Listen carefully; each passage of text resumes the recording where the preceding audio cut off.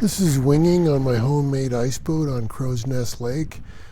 It's quite a simple design, a T cross section, 3 blades. You can steer with your feet. I can jibe with this, I can tack with this. On this particular day I had speeds just over 20 kilometers an hour in about that much wind.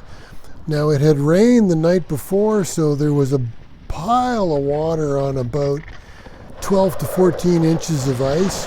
So I don't mind telling you that made it a little bit intimidating when you went into the water thinking, boy, is there actually ice under there?